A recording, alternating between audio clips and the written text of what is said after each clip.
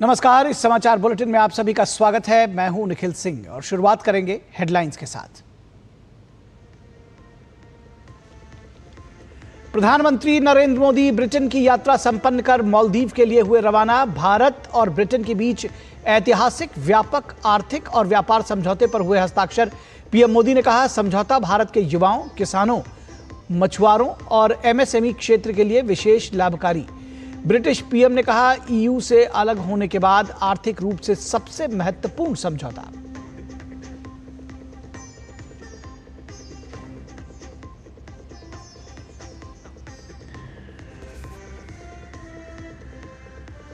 प्रधानमंत्री मोदी ने कहा, आतंकवाद के खिलाफ लड़ाई में दोहरे मापदंडों का कोई स्थान नहीं। आतंकवाद समर्थित विचारधारा वाली शक्तियों को लोकतांत्रिक स्वतंत्रता का दुरुपयोग नहीं करने दिया जा सकता।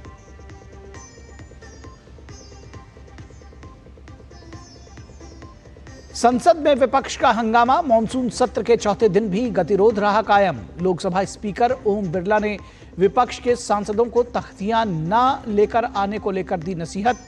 कांग्रेस सांसदों को सदन की गरिमा का दिलाया ध्यान।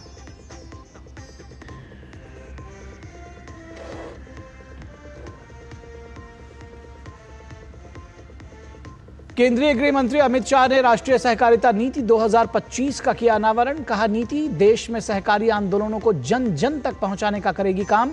नवाचार, तकनीक और युवा शक्ति के समावेश से समृद्ध होगा सहकारिता आंदोलन।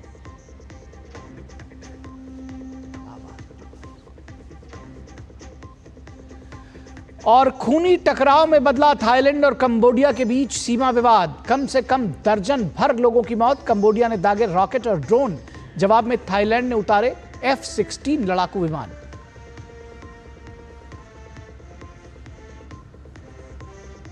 और फिडे महिला शतरंज विश्व कप फाइनल मुकाबले में भारत की कोनरू हम्पी का सामना हमवतन दिव्या देशमुख से होगा।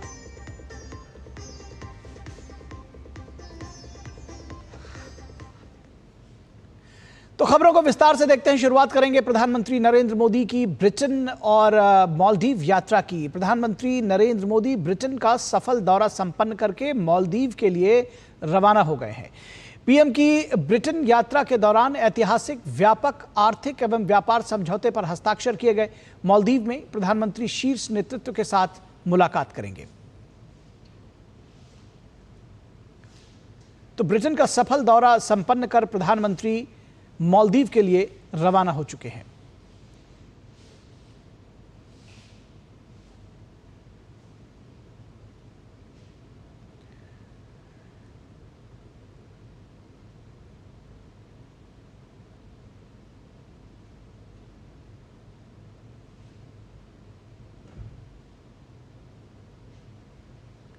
तो ब्रिटेन से मालदीव के रवानगी की ये तस्वीरें हम आपको दिखा रहे हैं।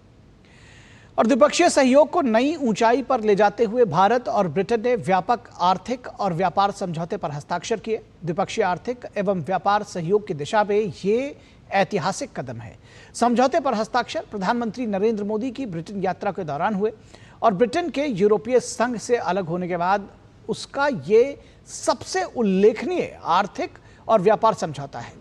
समझौते से दोनों देशों में आर्थिक विकास और रोजगार से जुड़े ढेरों नए अवसर पैदा होंगे। प्रधानमंत्री नरेंद्र मोदी की ब्रिटेन यात्रा के दौरान दोनों देशों के बीच मुक्त व्यापार समझौते पर मुहर लगना संबंधों को एक नया आयाम देने वाला है। इससे आपसी व्यापार पर लगने वाले सीमा शुल्क और अन्य गैर प्रशुल्क व्यापारिक बाधाओं को कम या खत्म करेंगे, ताकि बड़े पैमाने पर आसानी से व्यापारिक गतिविधियों को बढ़ावा दिया जा सके।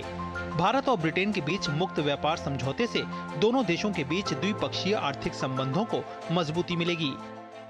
यह समझौता मात्र आर्थिक साझेदारी नहीं, बल्कि साझा समृद्धि की योजना है। एक और भारतीय textile, footwear, gems and jewellery, sea food और इंजीनियरिंग गुड्स को यूके में बेहतर मार्केट एक्सेस मिलेगा। भारत के एग्रीकल्चर प्रोड्यूस और प्रोसेस्ड फूड इंडस्ट्री के लिए यूके की मार्केट में नए अवसर बनेंगे। भारत के युवाओं, किसानों, मछुआरों और एमएसएमई सेक्टर के लिए यह समझौता विशेष रूप से लाभकारी सिद्ध होगा। This is the biggest and most economically significant trade deal that the UK has made since leaving the EU. Thank you, Prime Minister, for your leadership and for your pragmatism. And I'd like to thank everybody who's worked so hard to get this deal over the line. Bharat और Britain के बीच साल 2022 के जनवरी में शुरू हुए 3.5 वर्ष की गहन वार्ता के बाद एक मुक्त व्यापार समझौते पर हस्ताक्षर किए गए। दोनों सरकारों का अनुमान है कि द्विपक्षीय व्यापार हर साल 34 अरब डॉलर तक बढ़ेगा। ये उस मौजूदा व्यापार संबंध के लगभग दोगुने होने के बाद हो रहा है, जो 2014 में 14 अरब डॉलर से बढ़कर 2024 में 57 अरब डॉलर तक पहुंच गया। भारत और ब्रिटेन के बीच मुक्त व्यापार समझौते का उद्देश्य व्यापार और निवेश को बढ़ावा देना है। इसके लिए शुल्क और गैर शुल्क बाधाओं को कम करना और बाजार पहुंच में सुधार करना शामिल है। ये प्रौद्योगिकी स्वास्थ्य सेवा और शिक्षा जैसे क्षेत्रों में अवसरों के विस्तार में भी मदद करेगी। भारत और ब्रिटेन के बीच मुक्त व्यापार समझौता होने से कपड़ा, चमड़ा, जूते, रत्न व आभूषण और ऑटो घटक जैसे क्षेत्रों में शून्य शुल्क से निर्यात बढ़ेगा। परिधान व आभूषण क्षेत्र में तेज वृद्धि और 2.5 बिलियन डॉलर की वृद्धि की उम्मीद है। भारतीय पेशेवरों, विशेष रूप से आईटी, वित्तीय सेवाओं व शैक्षिक सेवाओं के जरिए ब्रिटेन में गतिशीलता बढ़ेगी, जिससे रोजगार और आय में वृद्धि होगी। आईटी क्षेत्र के 60,000 से अधिक कर्मचारियों को सामाजिक सुरक्षा अंशदान में छूट से वेतन में 20% की बचत होगी। डेयरी, सेब और प्लास्टिक जैसे क्षेत्रों को शुल्क रियायतों से बाहर रखकर भारत ने अपने घरेलू हितों की रक्षा की है। टाटा, JLR जैसी कंपनियों को ब्रिटिश कारों पर शुल्क कटौती से लाभ होगा, जिससे भारत में उनकी कीमतें कम होंगी। इंडिया यूके FTA हमारे लिए महत्वपूर्ण है, क्योंकि इससे जो हमारा एक्सपोर्ट्स है वो यूके में ज़्यादा कॉम्पिटिटिव हो जाएगा और हमारा मार्केट एक्सेस में यूके में ज़्यादा होगा। करीब 99% हमारा जो एक्सपोर्ट्स है वो यूके मार्केट में ज़ीरो ड्यूटी पे एंटर करेगा और इससे हमारे लेबर इंटेंसिव सेक्टर्स हैं, चाहे वो अपैरल एंड टेक्सटाइल हो, जेम्स एंड ज्वेलरी हो, लेदर हो, मैरीन प्रोडक्ट्स हो, फूड प्रोडक्ट्स हो, ऑटोमेटिक प्रोडक्ट्स हो, इनको बहुत फ़ायदा होगा। इसके साथ ही साथ कुछ सर्विसेज हैं, चाहे IT एंड एनेबल्ड सर्विसेज हैं, बिजनेस सर्विसेज हैं, प्रोफेशनल सर्विसेज हैं, उनको भी यूके मार्केट में बेटर मार्केट एक्सेस मिलेगा।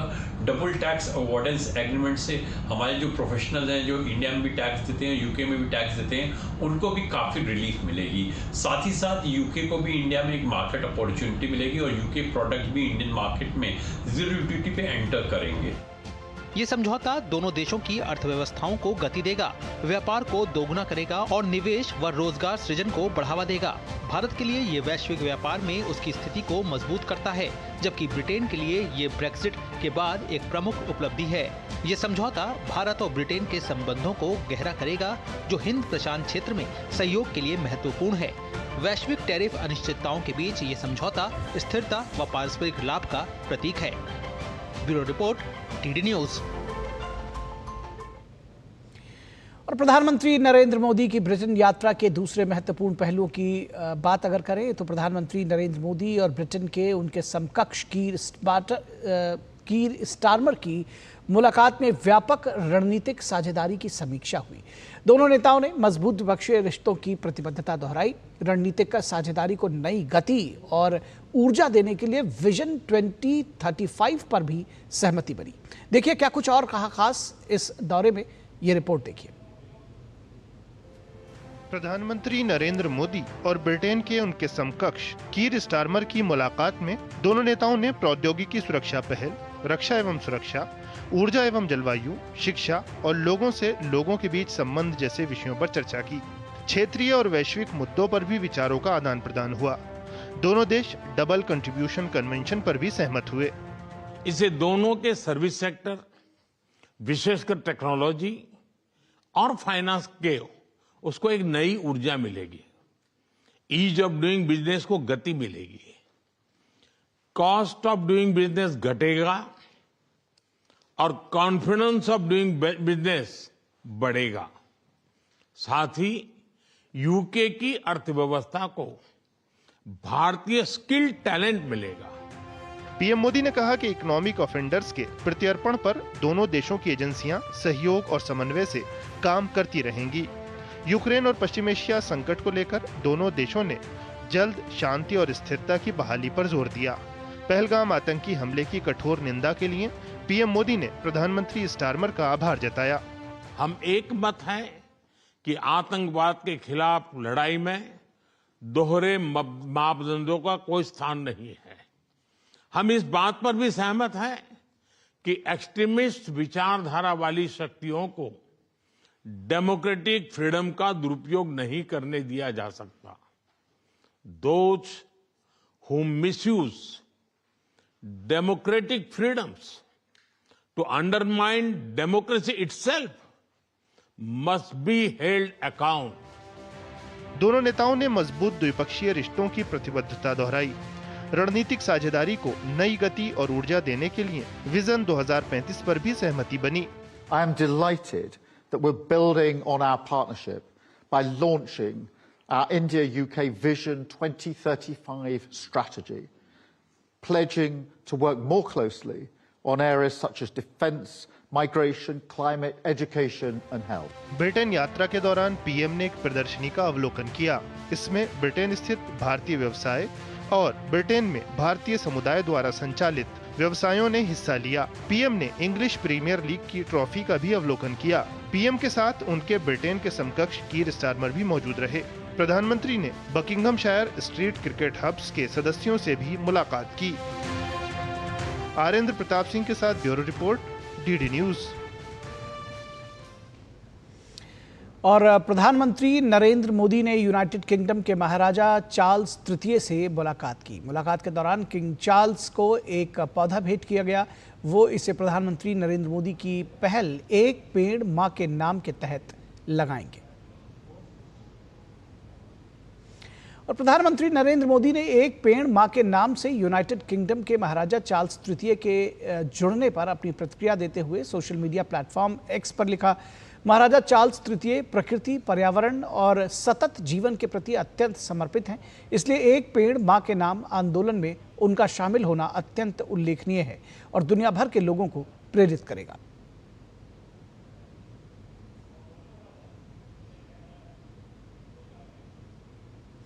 केंद्रीय वाणिज्य एवं उद्योग मंत्री पीयूष गोयल ने यूनाइटेड किंगडम के साथ व्यापक आर्थिक एवं व्यापार समझौते को बेहद लाभकारी बताया है।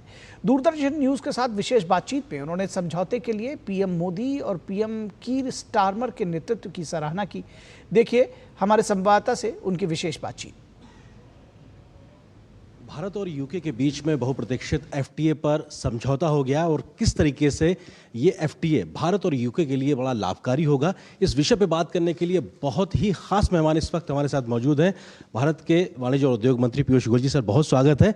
आपने और आपकी टीम ने लगभग 3-3.5 साल बातचीत करके ये उपलब्धि हासिल की। सबसे पहले तो आपको बहुत शुभकामनाएं। बहुत बहुत धन्यवाद। दोनों तरफ के टीमों ने बहुत मेहनत की है। 4 साल से यहाँ पे लगभग 3 या 4 सरकारें भी बदल गई इस दौरान। मोदी जी तो कायम है भारत की जनता के आशीर्वाद से और बड़ा अच्छा समझौता हुआ है। भारत को इसका अभूतपूर्व लाभ मिलेगा।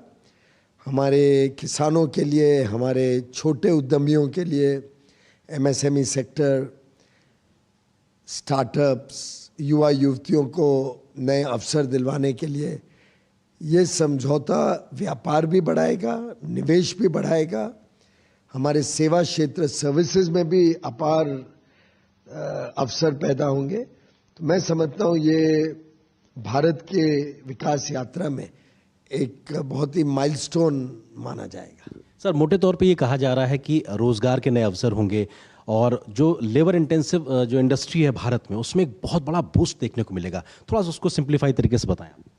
इसमें लगभग हर एक विषय इस एफटीए में कवर करके यूनाइटेड किंगडम की पूरी मार्केट अब भारत के लिए खुल गई है। तो हमारा टेक्सटाइल का क्षेत्र हो, फर्नीचर का क्षेत्र हो, होम डेकोर का क्षेत्र हो, टॉयज का क्षेत्र हो, लेदर और फुटवेयर का क्षेत्र हो, इलेक्ट्रॉनिक मैन्युफैक्चरिंग का क्षेत्र हो, हमारी एग्रीकल्चरल प्रोडक्ट्स हो, फूड प्रोसेस प्रोडक्ट्स हो, फिशरीज, एक प्रकार से बड़ा व्यापक समझौता हुआ है जो अलग अलग वर्ग को लाभ देगा। इसलिए मार्केट बढ़ेगी, यहां के लोगों की आमदनी देखते हुए, और यहां के लोगों में लगभग 50 लाख साउथ एशिया के मूल निवासी हैं जिनके टेस्ट्स काफी कुछ भारत के साथ मिलते जुलते हैं, कपड़ों में, खाने पीने में। तो एक प्रकार से बहुत बड़ी मार्केट भी बन जाएगी और भारत की कंपेटिटिव प्राइसेस और अच्छी क्वालिटी, अच्छी कीमत, किफ़ायती कीमतें और अच्छी गुणवत्ता के कारण मुझे लगता है मार्केट भारत में बहुत अवसर पैदा कर सकती है। सर, स्पेसिफिकली कि हमारे किसानों को फायदा होगा, ग्रामीण अर्थव्यवस्था को फायदा होगा, और एमएसएमई इसको लेकर कैसे थोड़ा सा बढ़ावा होगा? किसानों को इसलिए फायदा होगा कि यहाँ पे पैकेज प्रोसेस्ड फूड्स बहुत खाते हैं, तो किसानों को एक एश्योर्ड मार्केट मिलती है और उसको हम प्रोसेस करके यहाँ भेजते हैं, तो उसके कारण वैल्यू एडिशन भी भारत में होता है। हमारे एमएसएमई को, क्योंकि ऑटो कंपोनेंट्स यहाँ बहुत लगते हैं, इंजीनियरिंग कंपोनेंट्स, एयरक्राफ्ट पार्ट्स, इस प्रकार से काफ़ी कुछ इंजीनियरिंग के पार्ट्स, काफ़ी कुछ ऐसे चीज़ें जो छोटे उद्योग अच्छी तरह बना सकते हैं, यहाँ पे हम एक्सपोर्ट कर सकते हैं। साथ ही साथ आईटी के क्षेत्र में और बिजनेस प्रोसेसिंग, जो बीपीओज का काम करते हैं या भारत में फाइनेंशियल या बिजनेस मैनेजमेंट सर्विसेज के लिए यहाँ पे आते हैं, ऐसे जितने लोग भारत से शॉर्ट टर्म काम के लिए 3 साल तक के काम के लिए आते हैं, उन सभी को अब यहाँ पे सोशल सिक्योरिटी पेमेंट से मुक्ति मिल जाएगी। वो अपने प्रोविडेंट फंड अकाउंट भारत में वही पैसा जमा करेंगे जो उनका सुरक्षित रहेगा, उनके नाम पे रहेगा। यहाँ पे शॉर्ट टर्म काम करने आने से वो पैसा बेकार हो जाता था, उनको मिलता नहीं था उसका कोई लाभ। तो वो एक बहुत बड़ा उपलब्धि है जिससे भारत के लोग जो यहाँ काम करते हैं उनको विशेषकर उनकी आमदनी बढ़ेगी, उनकी सेविंग्स बढ़ेगी। सर, एक फाइनल क्वेश्चन कि हम जो तय कर रहे हैं, एफटीए में जो तय किया गया है, ज़मीन पे कब तक उतरता नजर आएगा? क्योंकि जो हम लोगों को कह रहे हैं कि सामान सस्ता होगा, जॉब क्रिएशन होगा, ये हम कब देखेंगे? भारत में तो कैबिनेट ने अप्रूव कर दिया है, लेकिन अमेरिका, यूनाइटेड किंगडम में इनका एक प्रोसेस थोड़ा लंबा है। पार्लियामेंट में जाते हैं, कमिटीज़ अप्रूव करती हैं, तो मुझे लगता है कुछ महीने लगेंगे। बहुत शुक्रिया सर, डीडी न्यूज़ से बात करने के लिए। बहुत शुभकामनाएं आपको। तो केंद्रीय मंत्री पीयूष गोयल जिन्होंने कहा कि भारत और यूके का एफटीए विन विन सिचुएशन है और भारत के लिए एक नए अवसर लेकर आएगा। कैमरा पर्सन शुभम के साथ Aryan Pratap Singh, London, DD news.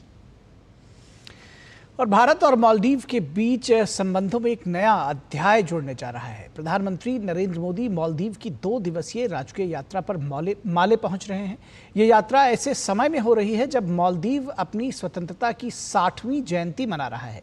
PM Modi इससे जुड़े केंद्रीय समारोह में मुख्य अतिथि के तौर पर शरीक होंगे। प्रधानमंत्री मोदी अपनी यात्रा के दूसरे चरण में मालदीव के राष्ट्रपति मोहम्मद मुइज्जू के निमंत्रण पर मालदीव की राजकीय यात्रा करेंगे। प्रधानमंत्री शनिवार को मालदीव की स्वतंत्रता की 60वीं वर्षगांठ के समारोह में मुख्य अतिथि होंगे। यह प्रधानमंत्री की मालदीव की तीसरी यात्रा होगी। यह मोदी सरकार की नेबरहुड फर्स्ट और सागर नीतियों के अनुरूप है, जिसका उद्देश्य हिंद महासागर क्षेत्र में भारत की स्थिति को मजबूत करना है। राष्ट्रपति मुइज का एडमिनिस्ट्रेशन के दौरान पहली बार स्टेट विजिट बन रहा है, हमारा ही प्रधानमंत्री का बन रहा है। एंड इनका 60वां जो एनिवर्सरी है इंडिपेंडेंस का, स्वतंत्र दिवस का, उसमें भी ये विशेष अतिथि बन के आ रहे हैं। ये भी बहुत सालों के बाद पहले बार किसी को निमंत्रण किया गया है। यह दौरा ऐसे समय में हो रहा है जब भारत और मालदीव अपने राजनयिक संबंधों की 60वीं वर्षगांठ मना रहे हैं। यह एक महत्वपूर्ण अवसर है जब दोनों देश अपने ऐतिहासिक और सांस्कृतिक संबंधों को मजबूत करने के साथ व्यापार, रक्षा, कनेक्टिविटी, नवीकरणीय ऊर्जा जैसे मुद्दों पर बातचीत और करार करेंगे। प्रधानमंत्री आएंगे, वो बायलैटरल बातचीत करेंगे, हमारा इनका राष्ट्रपति के साथ बातचीत करेंगे 1-to-1 बातचीत भी करेंगे, डेलीगेशन लेवल बातचीत भी करेंगे, और बहुत सारा जो हमने प्रोजेक्ट किए हैं इंडिया का लाइन ऑफ क्रेडिट के दौरान, इंडिया का ग्रांट असिस्टेंस के दौरान, इंडिया का बायर्स क्रेडिट के दौरान जो भी हमने मदद करके इनका बहुत सारा प्रोजेक्ट डेवलपमेंटल असिस्टेंट इंफ्रास्ट्रक्चर का किए हैं, उसमें से कई सारे चीज़ों को हैंड ओवर भी करेंगे, इनॉग्रेट भी करेंगे। उम्मीद है कि प्रधानमंत्री मोदी राष्ट्रपति मुइज्जू के साथ द्विपक्षीय वार्ता करेंगे। इन वार्ताओं में कई महत्वपूर्ण मुद्दों पर चर्चा होने की संभावना है। व्यापार और अर्थव्यवस्था, रक्षा और सुरक्षा सहयोग, प्रौद्योगिकी और नवाचार और लोगों से लोगों के बीच संपर्क प्रमुख एजेंडा बिंदु होंगे। इस अवसर पर पीएम मोदी मालदीव को एक विशेष उपहार देंगे, जिसका नाम है Bhishma cubes. 15 inch by 15 inch का एक क्यूब है, तो जब ये पूरा आप नापेंगे तो इसकी चौड़ाई 6 फुट और पहिए के साथ मिला के पूरा ऊपर स्ट्रेच का 8 फुट की चौड़ाई ऊंचाई आती है केवल, और ऊपर हुक बंधे हुए हैं जो देख रहे हैं आप। तो इन हुक से जो आप पैराड्रॉप की बात कर रहे हैं या हेली लिफ्ट की बात कर रहे हैं, वो सारा उठा के एक सेट आ जाता है। ये जो पोर्टेबल एक्सरे है ये डिजिटल क्वालिटी होता है। ये 4 सेकंड के अंदर अंदर आपको डिजिटल क्वालिटी फिल्म दे देता है, जिससे आप क्या तकलीफ है उसके बारे में पता कर सकते हैं। इसके साथ हमारे पास पोर्टेबल अल्ट्रासाउंड मशीन भी है, जिसमें दो प्रोब लगे हैं जो हर एक बॉडी के हर एक पार्ट का अल्ट्रासाउंड कर सकता है। ये फास्ट स्कैन के लिए बहुत ही ज़रूरी है। ये एक सर्जिकल स्टेशन है जिसमें हम मिनी सर्जरीज परफॉर्म कर सकते हैं, जो सारे जीवन और कोई भी हमारे बॉडी के अंग को बचाने के लिए ज़रूरी हैं। इसमें हमारे पास एक रिचार्जेबल ये सोलर पैनल है। ऐसे हमने 5 इसमें प्रोवाइड किए हैं जो एक सूटकेस के छोटे शेप में आ सकते हैं। अप टू 200 kg 200 किलो तक के खींच सकता है। हमने 100 तक का ट्रायल कर लिया है, यानी कि 5 क्यूब्स उसके पीछे एक चक्कर में जाएंगे। तो अगर फर्ज कीजिए, और 10 किलोमीटर तक इसकी 1 बैटरी चार्ज है, तो अगर कोई नदी पार करनी हो तो यानी कि उन 10 किलोमीटर की चार्जिंग में पूरे 36 क्यूब 72 क्यूब आराम से पार करा सकते। मालदीव में आधारभूत विकास के लिए भारत पहले ही महत्वपूर्ण भूमिका निभा रहा है। राजधानी माले तो थिलाफूशी द्वीप से जुड़ेगा। 6.7 किलोमीटर लंबा ये पुल मालदीव के इतिहास में सबसे लंबा पुल है। बात कर रहे हैं ग्रेटर माले कनेक्टिविटी प्रोजेक्ट की, और मेरे ठीक पीछे है 6.7 किलोमीटर वो पुल जो भारत बना रहा है मालदीव में। ये मालदीव का सबसे लंबा पुल होगा, और ये मिसाल है भारत और मालदीव की मजबूत होती दोस्ती की और प्रगाढ़ होते रिश्तों की। भारतीय उच्चायुक्त के मुताबिक दोनों देशों के बीच एक मुक्त व्यापार समझौते और एक निवेश संधि पर भी महत्वपूर्ण प्रगति होने की उम्मीद है। वर्तमान में दोनों देशों के बीच लगभग $500 मिलियन का द्विपक्षीय व्यापार होता है, जिसे इस यात्रा के बाद नई ऊंचाइयों पर ले जाने का लक्ष्य है। Bureau report, DD news. और भारतीय व्यापार संवर्धन परिषद यानी टीपीसीआई के अध्यक्ष मोहित सिंगला ने भी भारत और यूके के बीच हुए व्यापक आर्थिक और व्यापार समझौते पर काफी खुशी जताई है। उनके मुताबिक 1 दशक से इस समझौते का इंतजार वो सभी लोग कर रहे थे। मोहित सिंगला ने इसके लिए वाणिज्य और उद्योग मंत्री पीयूष गोयल का आभार भी जताया। Trade promotion council of India celebrates this pivotal moment of India-UK trade relations, as today both the countries have signed the long-awaited free trade agreement. This agreement has been under negotiation for more than a decade and has been considered as one of the most difficult agreements that the government has ever negotiated. Thanks to the efforts of the Department of Commerce and hard work of negotiators under the visionary leadership of our Commerce and Industries Minister Shri Piyush Goyal ji, we have been able to negotiate a lot of good terms for our goods and services exporters. और भारतीय विद्युत एवं electronics निर्माता संघ की महानिदेशक चारू माथुर ने भी भारत और यूके के बीच हुए व्यापक आर्थिक और व्यापार समझौते को काफी महत्वपूर्ण माना है। उनके अनुसार इस समझौते से दोनों ही देशों को आर्थिक रूप से काफी फायदा होगा। We believe at EMA that it will foster a lot of collaboration across clean energy, advanced manufacturing and digital infrastructure, and more importantly, technical standardization. Already, for the electrical equipment sector, the trade last year stood at about £631 million, right? And it's registered a fairly robust growth of 38% over last year. I believe, and I'm given to understand, that this FTA will add about 25 billion pounds to the overall bilateral trade. PhD CCI के अध्यक्ष हेमंत जैन ने Bharat UK के बीच हुए मुक्त व्यापार समझौते को भारतीय उद्योग जगत के लिए एक ऐतिहासिक क्षण बताया है। उन्होंने कहा कि इस समझौते से द्विपक्षीय व्यापार को और गति मिलेगी और विनिर्माण, सेवा एवं प्रौद्योगिकी क्षेत्रों के उद्योगों के लिए नए दरवाजे खुलेंगे। Today is a historic day when India-UK signed their first FTA agreement. I would like to compliment our Honorable Prime Minister Shri Narendra Modi ji. I would also like to compliment Shri Piyush Goyal ji, our Honorable Commerce Minister, for achieving historic benefit which will have far-reaching benefits for the entire industry. Specifically coming from, because this is the first FTA agreement which we are doing with a larger economy, with a large economy. Earlier FTA agreements were done with a smaller economy, so this will pave a greater market access to Indian industry and especially for services also. और अब बात संसद की कार्यवाही की। लोकसभा और राज्यसभा में विपक्षी दलों द्वारा लगातार गतिरोध जारी है, जिसके चलते मानसून सत्र का चौथा दिन भी हंगामे की भेंट चढ़ गया। भाजपा सांसद महेश शर्मा ने डीडी न्यूज के खास बातचीत में बताया कि विपक्ष की मंशा खराब है, इनके पास कोई मुद्दा नहीं है, इसलिए ये चर्चा से भाग रहे हैं। लगातार देखिए पार्लियामेंट के दोनों सदन नहीं चलने दिए जा रहे हैं, विपक्ष लगातार विरोध पैदा कर रहा है। इस पर बात करेंगे किस तरह से पार्लियामेंट में जो गतिविधियां चल रही हैं, कैसे देखते हैं इसको? देखिए ये कष्टदायक है और मैं समझता हूं कांग्रेस जैसी पार्टी जिसने इस देश पर 50-60 साल तक राज किया है, लोकतंत्र की जिस तरह से उन्होंने हत्याएं करी, और अब मैं समझता हूँ ये भी लोकतंत्र की हत्या ही है। जिस तरह से उनका पिछला इतिहास और आगे भी आने वाली पीढ़ियाँ भी इसकी सज़ा उनको मिल चुकी है।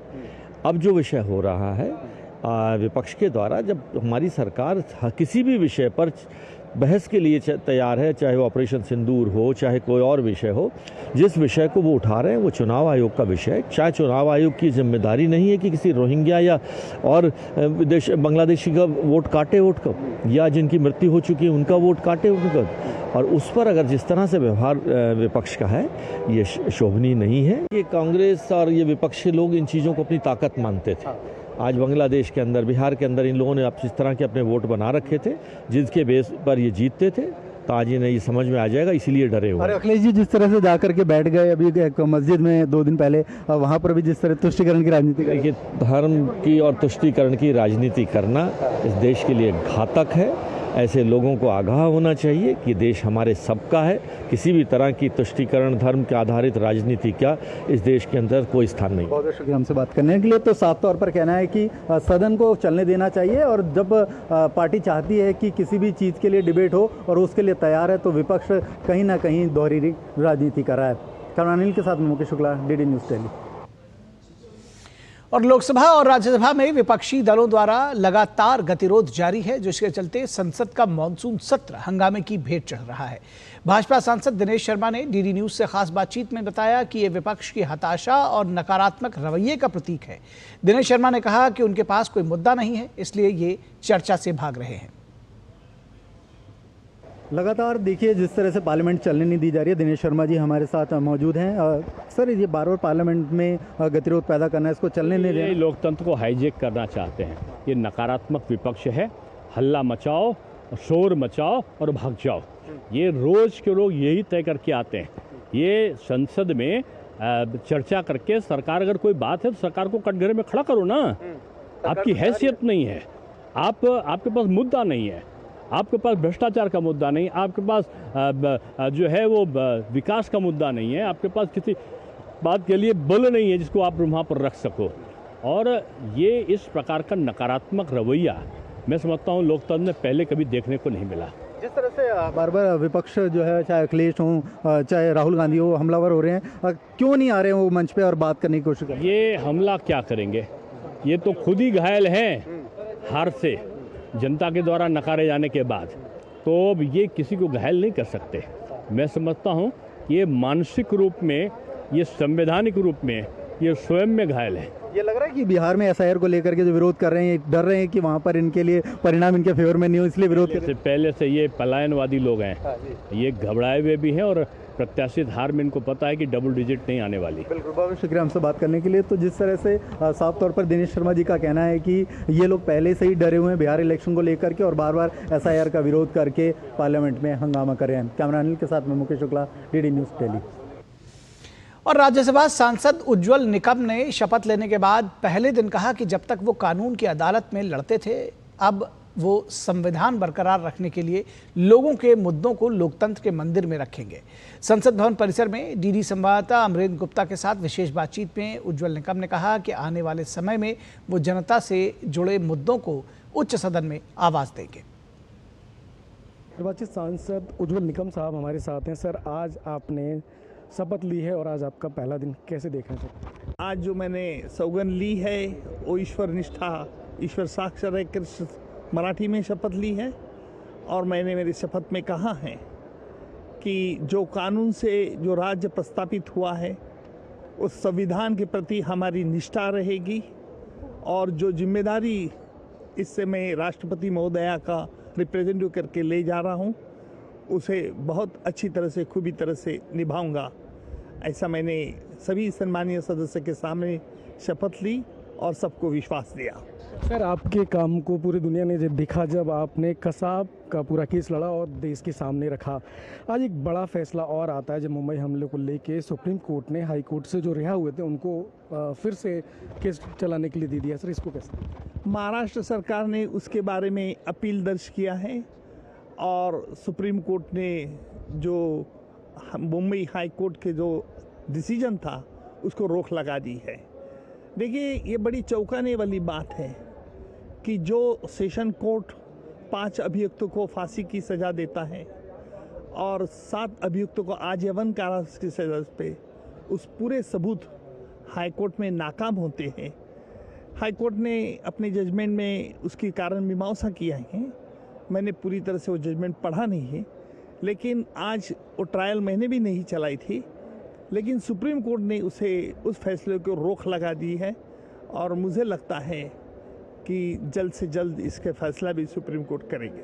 बहुत बहुत धन्यवाद। तो ये थे राज्यसभा के नवनिर्वाचित सांसद उज्जवल निकम, जिन्होंने आज राज्यसभा में शपथ ली और उनका कहना है कि आने वाले समय में एक बड़ी जिम्मेदारी के साथ वो अपने कर्म को और अपने कार्यों को निभाएंगे।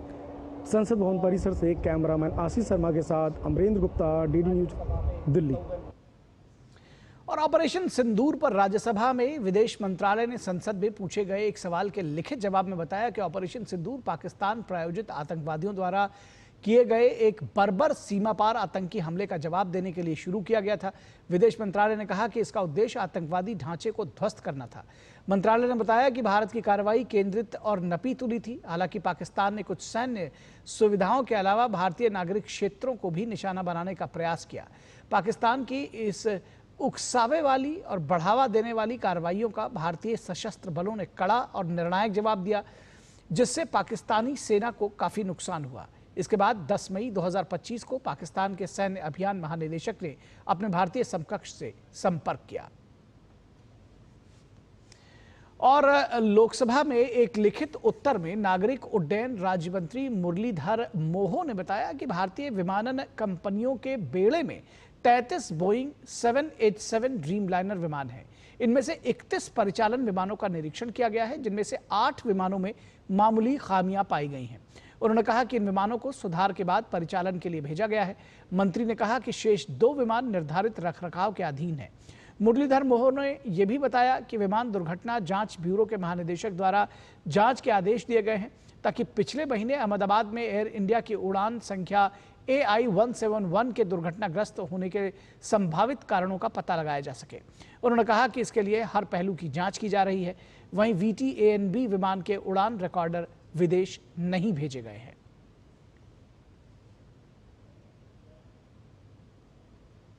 और केंद्रीय सहकारिता मंत्री अमित शाह ने आज राष्ट्रीय सहकारिता नीति 2025 का अनावरण किया। नई सहकारिता नीति 2025 से 2045 तक यानी अगले 2 दशकों के लिए भारत के सहकारिता आंदोलन में मील का पत्थर साबित होगी। ये नई नीति विकसित भारत विजन में योगदान देगी, साथ ही बड़े पैमाने पर रोजगार के अवसर पैदा होंगे।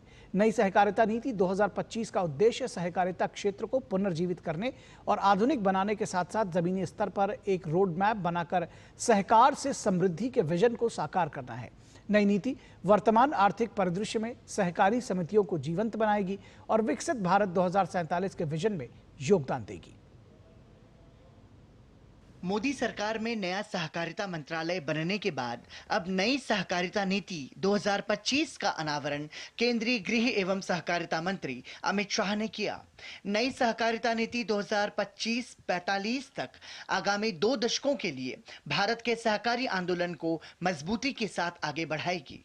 नई सहकारिता नीति 2025 का उद्देश्य सहकारिता क्षेत्र को पुनर्जीवित करने और आधुनिक बनाने के साथ साथ जमीनी स्तर पर एक रोड मैप बनाकर सहकार से समृद्धि के विजन को साकार करना है। नई नीति वर्तमान आर्थिक परिदृश्य में सहकारी समितियों को जीवंत बनाएगी और विकसित भारत 2047 के विजन में योगदान देगी। राष्ट्रीय सहकारिता नीति 2025 से बड़े पैमाने पर रोजगार और आजीविका के अवसर पैदा होंगे। पूर्व केंद्रीय मंत्री सुरेश प्रभाकर प्रभु की अध्यक्षता में 48 सदस्यीय राष्ट्रीय स्तरीय समिति ने नई राष्ट्रीय सहकारिता नीति तैयार की है। राष्ट्रीय सहकारिता नीति 2025 विकसित भारत विजन में योगदान देगी, साथ ही बड़े पैमाने पर रोजगार के अवसर पैदा होंगे। कार्यक्रम को संबोधित करते हुए केंद्रीय गृह एवं सहकारिता मंत्री अमित शाह ने कहा है कि भारत सरकार ने देश की जरूरत के अनुसार सहकारिता नीति का निर्माण किया है। 4 साल के अंदर सहकारिता क्षेत्र समानता के आधार पर कोऑपरेटिव सेक्टर कॉरपोरेट की समानता के आधार पर हर पैमाने पर खड़ा है।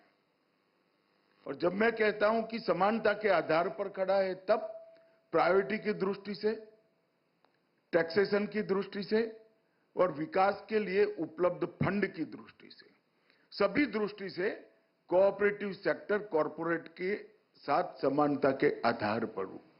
इससे पहले वर्ष 2002 में देश की पहली राष्ट्रीय सहकारिता नीति जारी की गई थी, जिसमें सहकारी संस्थाओं की आर्थिक गतिविधियों के बेहतर प्रबंधन के लिए एक आधारभूत रूपरेखा दी गई थी।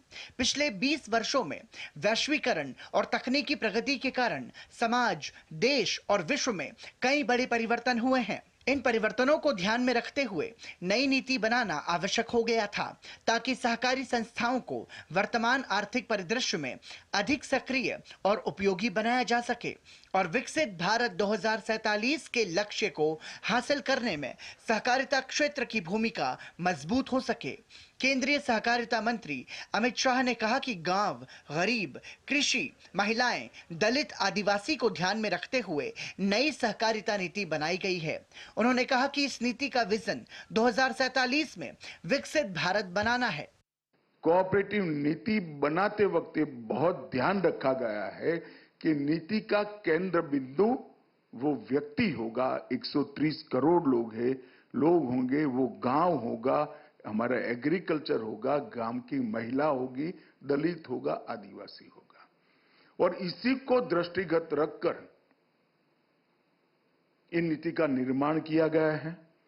इसका विजन सहकार के समृद्धि के माध्यम से 2047 में विकसित भारत बनाना। राष्ट्रीय सहकारिता नीति का उद्देश्य सहकारी संस्थाओं को समावेशी बनाने, उनका पेशेवर तरीके से प्रबंधन करने और उन्हें भविष्य के लिए तैयार करने और विशेष रूप से ग्रामीण भारत में बड़े पैमाने पर रोजगार और आजीविका के अवसर सृजित करने में सक्षम बनाना है बनना है। अनुज यादव, डीडी न्यूज, दिल्ली। और कांग्रेस के वरिष्ठ नेता राहुल गांधी की ओर से कर्नाटक में मतदाता सूची में गड़बड़ियों को लेकर चुनाव आयोग और उनके अधिकारियों के खिलाफ चेतावनी भरी टिप्पणियों पर चुनाव आयोग ने तीखा पलटवार करते हुए कहा कि उन्हें आधारहीन और झूठे आरोप लगाने से बचना चाहिए। आयोग ने इस दौरान अपने कुछ तथ्य देते हुए कहा कि कर्नाटक लोकसभा चुनाव 2024 की जिस मतदाता सूची को लेकर कांग्रेस पार्टी गड़बड़ी के आरोप लगा रही है, उसने लोक प्रतिनिधित्व कानून की धारा 24 के तहत मिले अधिकार को उस समय इस्तेमाल क्यों नहीं किया जिसमें उसे मतदाता सूची में गड़बड़ियों को जिला और मुख्य निर्वाचन अधिकारी के समक्ष अपील करनी थी, जो उनके पास एक वैध कानूनी उपाय था। आयोग के अनुसार कांग्रेस सहित किसी भी दल ने मतदाता सूची के पुनरीक्षण के दौरान गड़बड़ी को लेकर एक भी अपील नहीं की। चुनाव आयोग के प्रवक्ता ने बयान जारी करते हुए कहा कि आयोग ये सोचने को मजबूर है कि इस प्रकार से आधारहीन और धमकी भरे आरोप अब आयोग और उनके अधिकारियों के खिलाफ क्यों लगाए जा रहे हैं, जबकि लोकसभा चुनाव के परिणाम के बाद चुनाव प्रक्रिया को लेकर दायर की गई 10 याचिकाओं में से भी एक भी याचिका कांग्रेस के किसी भी हारे हुए प्रत्याशी की ओर से नहीं दायर की गई है। वहीं कर्नाटक के मुख्य निर्वाचन पदाधिकारी ने एक्स पर 2024 में हुए मतदाता सूची पुनरीक्षण का पूरा ब्यौरा साझा किया और कहा कि किसी भी लोकसभा क्षेत्र से एक भी आपत्ति इस दौरान उन्हें नहीं मिली है। और देश के सभी राज्यों और केंद्र शासित प्रदेशों में 5G सेवाएं शुरू की जा चुकी हैं और वर्तमान में ये देश के 99.8% जिलों में उपलब्ध है। राज्यसभा में एक लिखित प्रश्न के उत्तर में संचार राज्य मंत्री डॉक्टर पेम्मा सानी चंद्रशेखर ने यह जानकारी दी। उन्होंने बताया कि टेलीकॉम सेवा प्रदाताओं द्वारा देश भर में 4,86,000 5G बेस ट्रांसीवर स्टेशन यानी BTS लगाए गए हैं। इसके साथ ही 5G सेवाओं की तैनाती सुनिश्चित करने के लिए देश भर के उच्च शिक्षण संस्थाओं में 100 5G उपयोग मामले यूज केसेस की प्रयोगशालाएं स्थापित की गई हैं। मंत्री ने यह भी बताया कि 5G उपयोग मामलों के विकास के लिए अंतर्राष्ट्रीय कंपनियों के साथ मिलकर क्षमता निर्माण और कौशल विकास हेतु सहयोग किया गया है। उन्होंने ये भी कहा कि सरकार ने 5G सेवाओं के प्रसार के लिए कई पहलें की हैं, जिनमें 5G मोबाइल सेवाओं के लिए स्पेक्ट्रम की नीलामी और 2022 की नीलामी और उसके बाद प्राप्त स्पेक्ट्रम पर स्पेक्ट्रम उपयोग शुल्क को हटाना शामिल है। रूस के सुदूर पूर्वी क्षेत्र में एक यात्री विमान दुर्घटनाग्रस्त हो गया। आपातकालीन सेवा अधिकारियों के मुताबिक लगभग 50 लोगों को लेकर जा रहा एंटोनोव AN-24 यात्री विमान दुर्घटनाग्रस्त हो गया और शुरुआती जानकारी से पता चला है कि उसमें सवार सभी लोग मारे गए हैं। सोवियत काल का और लगभग 50 वर्ष पुराना विमान का जलता हुआ हिस्सा जमीन पर देखा गया। इस बीच बचाव दल घटनास्थल पर मौजूद है।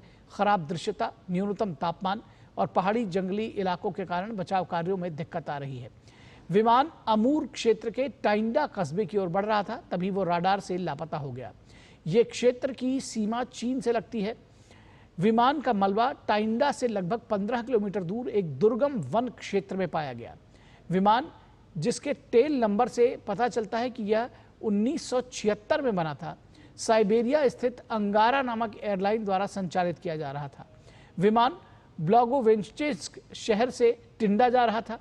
अधिकारियों ने दुर्घटना की जांच की घोषणा की है। गौरतलब है कि An-24 दो इंजन वाला विमान है, जिसका इस्तेमाल रूस में मुख्य रूप से क्षेत्रीय मार्गों पर किया जाता है।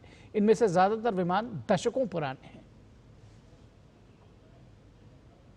तो इस समाचार बुलेटिन में बस इतना ही। हमारी पूरी टीम को दीजिए इजाजत। नमस्कार।